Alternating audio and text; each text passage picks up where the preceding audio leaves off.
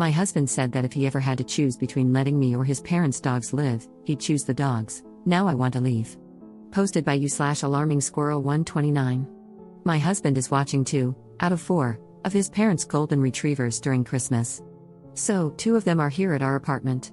They are old and sweet, and one of them can barely walk. I've always loved his parents' dogs, and I show them affection when they are here. The other night, though, he let me know that it is a priority that the dogs, well, mainly one dog since the other can't get on the bed, sleep on the bed, and I'll either need to sleep on the guest bed or move my legs for the dog. I asked why they couldn't sleep on the guest bed, the floor, or literally anywhere else. He said it's because they are used to always sleeping with him. He was single and living with his parents until he met me at age 34, so the dogs slept on his bed and were his comfort.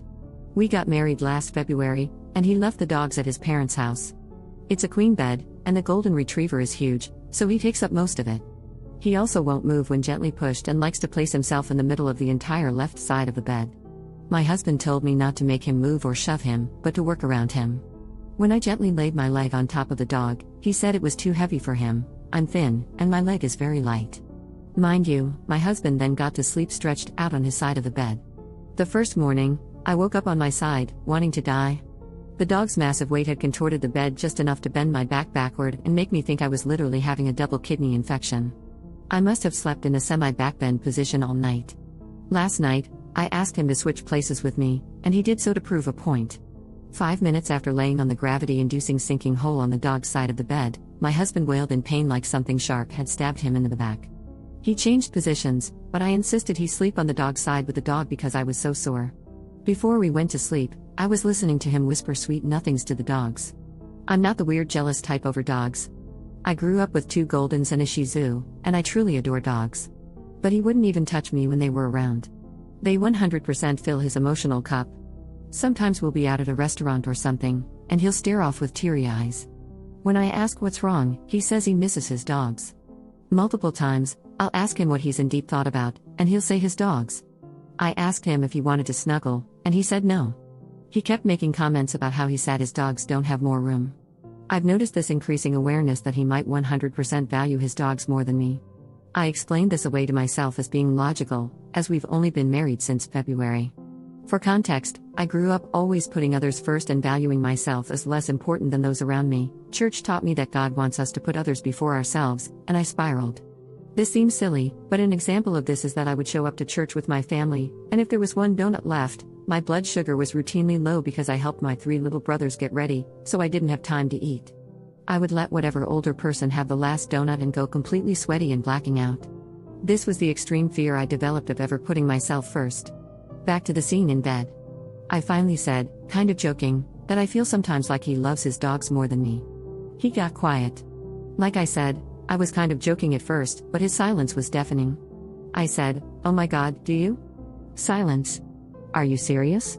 He finally sighed and said, "Well, they are my babies. They're my everything." I was completely silent. Stunned. I'm also aware that love for dogs and human love are not the easiest things to compare in a question like this, but it seems he wasn't aware of that because he knew how to answer. I asked if he was serious, and he said yes. I pushed it further because, of course, I did. I had to know the extent of this unsettling answer. I asked if a gun was to either my head or the dogs' heads, would he choose me or the dogs? He got quiet again and told me that's not a fair question because it would never happen. WTF. So I insisted on my hypothetical question because now I was just shell-shocked. He finally admitted that he would choose to let me die over the dogs. Oh, and my daughter. His stepdaughter.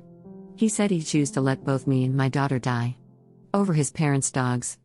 I was visibly upset and shocked at how seriously he answered. I said, "Do you even love me?" He got quiet. I asked again. Silence. He could see I was horrified and tearing up. He finally got annoyed and said, "Of course I do," and that he only hesitated because it was a stupid question. He then said he was kidding about the dog stuff and only answered that way to show me those were stupid questions. Only, guys, he wasn't kidding. I truly believe no part of that was a joke. I know joking? He was not kidding at all. Update 3 hours later. I've been reading all of your comments and obviously gaslighting myself into wondering if he was joking. He doubled down yesterday morning and said he only answered that way because I was being ridiculous. I don't know, I still felt uneasy about everything. Last night, I was sick and exhausted. My throat was swollen, my back hurt, and I had gotten 2 hours of sleep the night before. When I went to bed, both dogs were on the bed this time. I asked if we could lift the dog that can't walk well to the floor since that's where he likes to sleep, as he can't get on or off the bed alone. My husband got up to gently move him to the floor, but the Golden didn't much prefer it, so my husband instantly gave up. Mind you, the dog was literally taking up the lower left corner, 1/4 or more, of the bed. I asked if he could gently insist the dog get on the floor.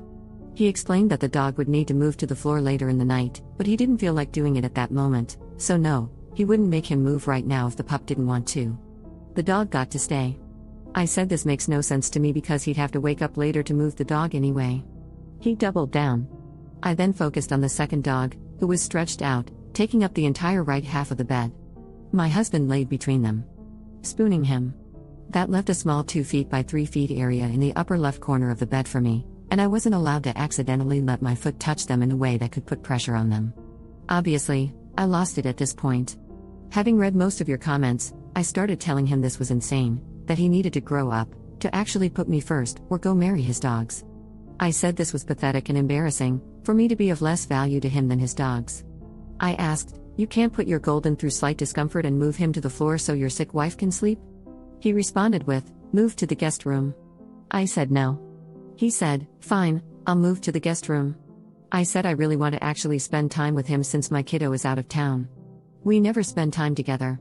I suggested we both go to the guest room and let the dogs have our bed. He said no. It had to be just one of us, because he wanted the dogs to have one adult as a comfort presence and full access to the bed. At this point, I was obviously floored. Around this time, the dog that sleeps on the floor somehow moved himself off the bed to the floor, even though I didn't think he could without help due to his hips. My husband noticed and instantly freaked out, asking if I had made the dog get off the bed. I said no. He then said I should leave, that I'm insane, and that he wants a divorce. He told me they will always be more important to him. He slept holding them so gently and snugly. So that's the story of how I'm sitting upstairs, trying to figure out how to pack my stuff and leave to spend Christmas Eve and Christmas alone. Because I'm worth less than 2 dogs. Oh, and it's storming outside.